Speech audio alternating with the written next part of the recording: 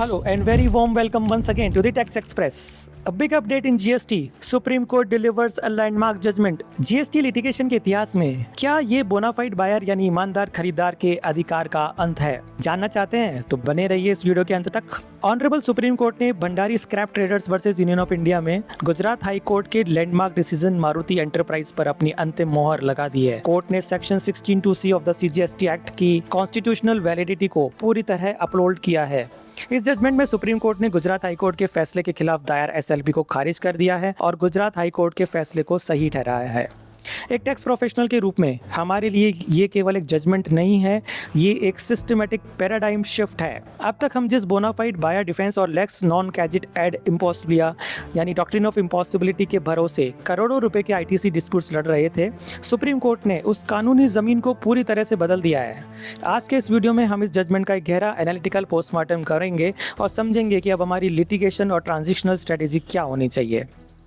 इस केस में tax payer की मुख्य दलील ये थी कि एक बार जब खरीदार ने सप्लायर को टैक्स का पेमेंट कर दिया तो उसका ITC पर एक वेस्टेड राइट बन जाता है, जिसे कॉन्स्टिट्यूशन के आर्टिकल 300A के तहत प्रॉपर्टी माना जाना चाहिए। लेकिन सुप्रीम कोर्ट ने इस दलील को सिरे से खारिज कर दिया और साफ किया कि ITC कोई नेचुरल या वेस्टेड राइट नहीं है, ये कानून द्वारा दी गई एक स्टैट्यूटरी कंसेशन मात्र है और अगर लेजिस्लेचर कोई रियायत देती है तो वह उस पर अपनी शर्तें थोपने का पूरा राइट रखती है। यानी मतलब साफ है, अगर सेक्शन 16(2)(c कहता है कि सप्लायर द्वारा टैक्स जमा होने पर ही ITC मिलेगा तो ये शर्त पूरी तरह संवैधानिक है, भले ही ये खरीदार के लिए कितनी भी कठोर क्यों ना हो। अब बात करते हैं उस दलील की जो हर टैक्स प्रोफेशनल ड्राफ्टिंग में इस्तेमाल करता है, यानी डॉक्ट्रिन ऑफ इम्पॉसिबिलिया। हमारा तर्क होता था कि जब विभाग के पास सप्लायर पर कार्रवाई करने की पूरी मशीनरी है तो खरीदार को सप्लायर के डिफॉल्ट के लिए जिम्मेदार ठहराना असंभव को संभव बनाने जैसा है। सुप्रीम कोर्ट ने इस थ्योरी को GST के आर्किटेक्चर के सामने फेल कर दिया। क्यों? क्योंकि GST में सेक्शन 41 सबसेक्शन 2 और रूल 37A को विशेष रूप से इसी स्थिति से निपटने के लिए लाया गया है। कानून कहता है अगर सप्लायर ने GSTR 3B फाइल नहीं किया तो खरीदार को इंटरेस्ट सहित ITC रिवर्स करना होगा, लेकिन जैसे ही सप्लायर भविष्य में टैक्स जमा कर देगा खरीदार उस ITC को रिक्लेम कर सकता है। अदालत ने माना कि चूंकि कानून खुद इस टेम्परेरी रिवर्सल और सब्सिक्वेंट रीअवेलमेंट का मैकेनिज्म देता है, इसलिए इसे इम्पॉसिबिलिटी नहीं कहा जा सकता। हम अक्सर अराइज इंडिया, क्वेस्ट मर्चेंडाइजिंग और शांति किरण केसेस में दिल्ली वैट रिजीम के अंतर्गत सुप्रीम कोर्ट के फैसलों का हवाला देते थे, लेकिन इस जजमेंट ने साफ कर दिया कि वैट और GST के कानूनी ढांचे में बुनियादी अंतर है। इस जजमेंट के जरिए सुप्रीम कोर्ट ने ये क्लियर कर दिया है कि दिल्ली वैट के सेक्शन 9(2)(g और CGST एक्ट के सेक्शन 16(2)(c में किसी भी प्रकार की पैरिटी को ड्रॉ करना सही नहीं है। GST में इनपुट टैक्स क्रेडिट का सीधा संबंध सरकारी खजाने में वास्तविक नकदी के प्रभाव से है, इसलिए बिना टैक्स पेमेंट के क्रेडिट देना पूरे फिस्कल सिस्टम को कोलैप्स कर सकता है।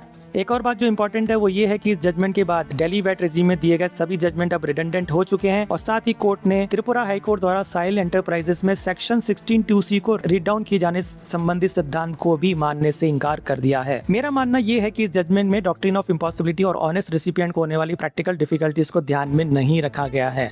साथ ही section 41 subsection 2 and rule 37A तो वैसे भी 1 अक्टूबर 2022 से प्रभावी किया गया था, तो इससे पहले कि किसी भी टैक्स पीरियड में पूरी तरह सिर्फ रेसिपिएंट को जिम्मेदार ठहराना कहां तक उचित होगा। डिपार्टमेंट को डिफॉल्टिंग डीलर के अगेंस्ट रिकवरी इनिशिएट करने के सारे राइट्स एवं मैकेनिज्म अवेलेबल हैं। ऐसी स्थिति में रेसिपिएंट टैक्स पेयर को इनपुट टैक्स क्रेडिट इंटरेस्ट सहित रिवर्स करने के लिए लायबल करना पूरी तरह तर्कसंगत नहीं कहा जा सकता। अब सवाल यह है कि इस जजमेंट के बाद एक टैक्स प्रोफेशनल के रूप में हमारी रणनीति क्या होनी चाहिए? क्या सारे रास्ते बंद हो चुके हैं?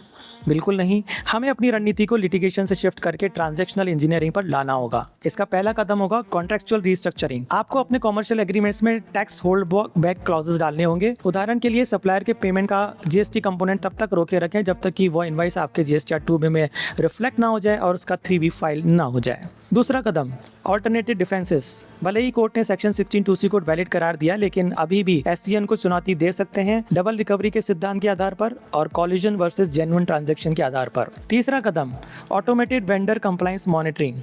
मैनुअल रिकॉन्सिलेशन का जमाना गया। अब कंपनियों को ऐसे ERP और टूल्स अपनाने होंगे जो रियल टाइम में वेंडर्स के GSTR 1 और 3B के फाइलिंग स्टेटस को ट्रैक करें और डिफॉल्ट होते ही ऑटोमेटेड होल्ड नोटिस ट्रिगर करें। साथियों, भंडारी स्क्रैप ट्रेडर्स का ये फैसला टैक्स प्रोफेशनल्स के लिए चेतावनी है कि अब GST कंप्लायंस को हल्के में नहीं लिया जा सकता। वेंडर का डिफॉल्ट अब सीधे आपके क्लाइंट के इनपुट टैक्स क्रेडिट को प्रभावित करेगा।